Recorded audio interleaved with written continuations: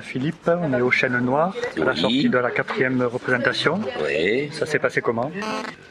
Oui, il n'y avait pas tellement de monde au départ, et finalement il y en a eu beaucoup, donc déjà ça c'était bien, et puis malgré mon grand âge et mes douleurs, je crois que les gens ne s'en sont pas rendus compte, et que c'était...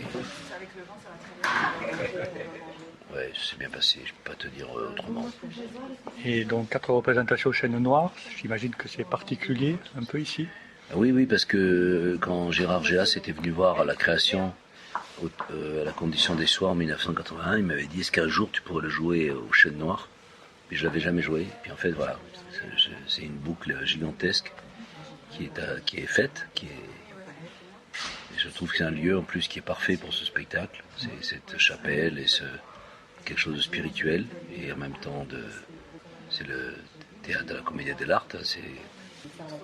C'est Dario Fo qui racontait l'histoire d'un curé qui brandissait le crucifix en disant le seul concurrent de Polichinelle, c'est lui. Donc voilà, il y a un rapport entre la religion, Dieu et le diable, qui est le diable du théâtre. C'est vraiment un lieu parfaitement adapté pour ce spectacle. Mais ça a beaucoup bougé depuis Beaucaire, il y a un mois et demi? Je sais pas. Ça franchement je me rends pas compte parce que il y a des choses qui ont bougé sûrement. Un détail, les petites marches ont disparu?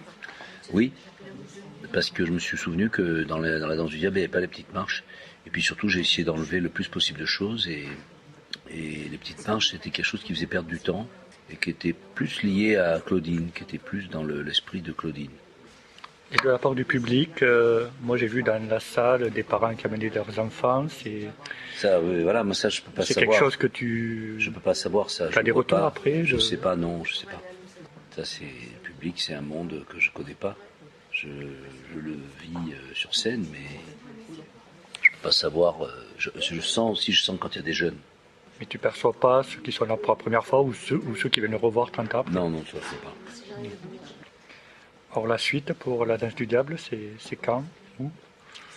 Et la danse du diable, la suite, c'est une tournée à la rentrée en Belgique, chez Armand Delcamp, des personnages de mon histoire, à Louvain-la-Neuve, et ensuite au Théâtre de l'Athénée à Paris.